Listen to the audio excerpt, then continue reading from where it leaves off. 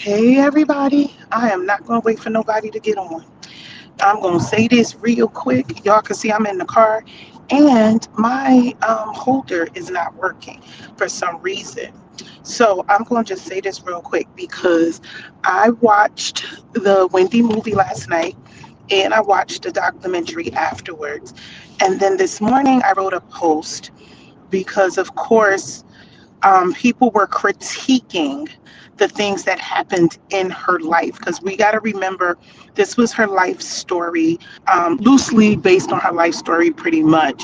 Of course, there were some people she did not disclose, namely the person who raped her and stuff like that. But I just wanted to get on real quick because people like the make of the movie, if you want to critique the make of the movie, the actors or actresses who were hired, how the clothes look and stuff like that. I think that's great. That's what we do with every movie. We critique the making of the movie, the artistry, things of that nature.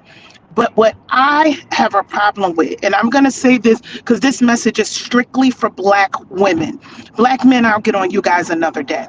But I've already been seeing posts posted by Black women who are talking about what happened in her life and what she should or should not have done based on what happened to her in her life. And I really wanted to kind of come on and talk about that because it is so hypocritical of Black women, especially, to talk about the things that happened in her life. When honestly, if you really do parallels, a lot of things that happen to her happen to Black women all the time, every day. If you didn't watch the movie, I feel bad. Sorry, I'm spoiling it for you. But let's talk. First, she was a child. Her parents picked on her as a kid, her parents. And then her older sister also didn't really defend her that much or so. Her brother snuck her Twinkies because he loved her.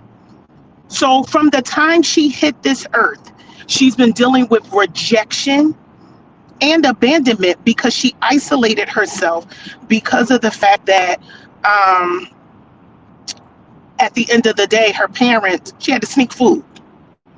Then when she went places, and if you know anything about where she lived was a predominantly white city here in New Jersey. And however, her parents were well educated. They were able to live there. So then she was fat. I'm going to just say because she said it. She was fat, picked on by her own parents, and then had to go out in a community where most of the people did not look like her to have to try to prove herself from when she was a kid.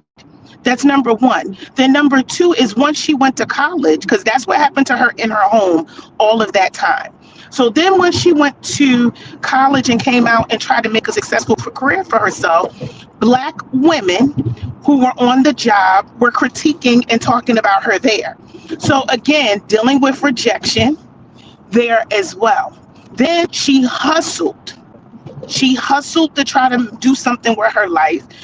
She was underpaid, was not appreciated. And granted, I'm not talking about what she talked about on the radio and all those other things, because honestly, truth be told, half of us are better gossipers than she was, and we ain't getting paid for it. I'm not a gossiper anymore, but let's call facts facts. Some of you guys still get on the phone and talk about people's business and talk about what's going on in people's houses and stuff like that. The only difference is you ain't bold enough to do it in their face. She got paid to do it for a living, and she did it on the radio. She did it on their face.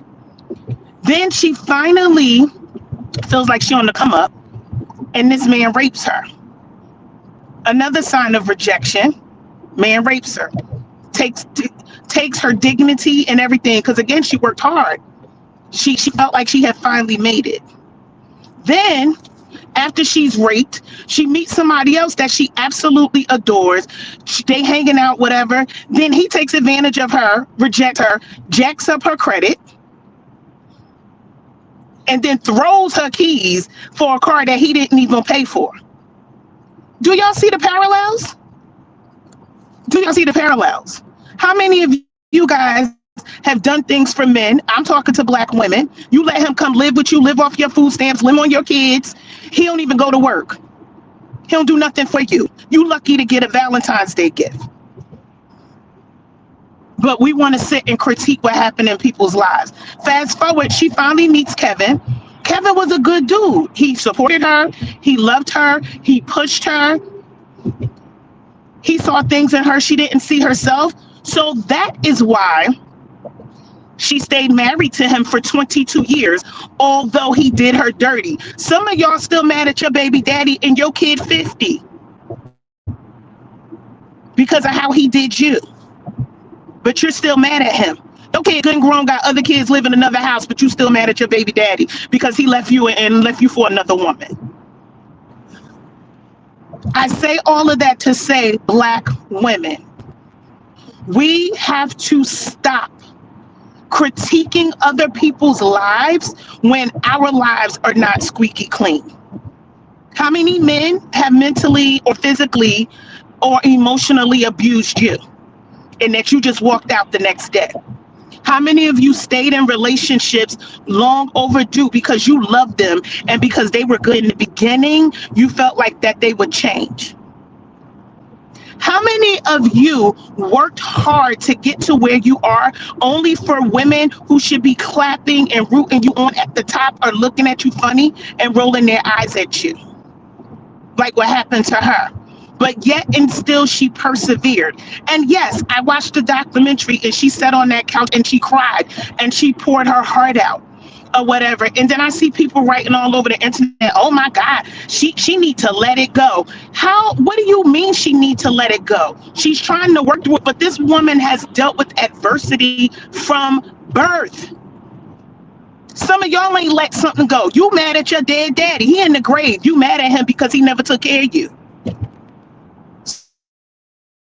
Some of y'all mad at your mother. You mad at your mother because she gave you up for adoption.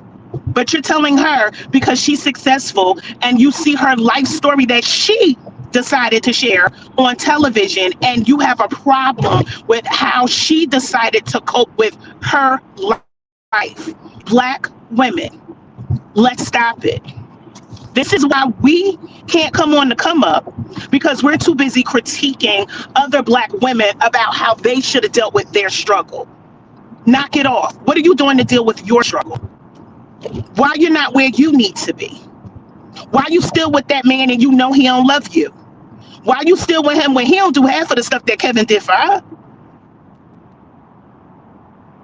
So that's my rant about the movie. I don't have an opinion about her life. Some people say, oh, that's her karma because she was talking about people on the radio and blah, blah, blah, you know, whatever. I don't know because I'm not God. But what I do know is I'm just grateful that some of the things I did to people didn't come back to me. Because if her just talking about people on the radio, telling people's business on a national stage, that's her karma. Some of y'all sleeping with other people's spouses. Some of y'all doing some crazy stuff. And you ain't worried about karma. Let's stop it, black woman. This is the year, and again, I can't take this declaration. This was given by Bishop Jordan. This is the year of the black woman. He gave it that declaration. He said that's what the Lord said to him. I'm running with that. So with that, I commend her for sharing her story, because some black women are not brave enough to share their story. Some black women are not at a place where they can share their story. But yet and still, this woman, after going through what she went through all of her life, decided to share her story with other people. And I'm again talking about black women, so you can see that you're not the only one who goes through hell and back and still got to make it. So let's stop the judging, because I'm going to be honest and I'm putting it out there. If that was a white woman on the screen, y'all would have been like, oh, that's a shame that happened to her. He shouldn't have did that to her. Where is our empathy? Especially when we're the lowest on the totem pole. As a black woman, we're the lowest on the totem pole. It's the white man, then the white woman, then the black man, and then the black woman. I ain't even going to get into the other nationalities because we under that too. So that's my rant for today. So before you start posting and talking about if that was me, remember that if it was me when that dude cheated on you when you pulled up to the house. Because I'm telling you, I've pulled up to some houses in my day and you still took him back. He wasn't even your husband. She decided to stay with her husband. Some of y'all can't even get a ring, but you stand with a dude 50 years. But I digress. I love you all so much, but I had to speak the truth. And I hope everyone have an awesome day. Take care.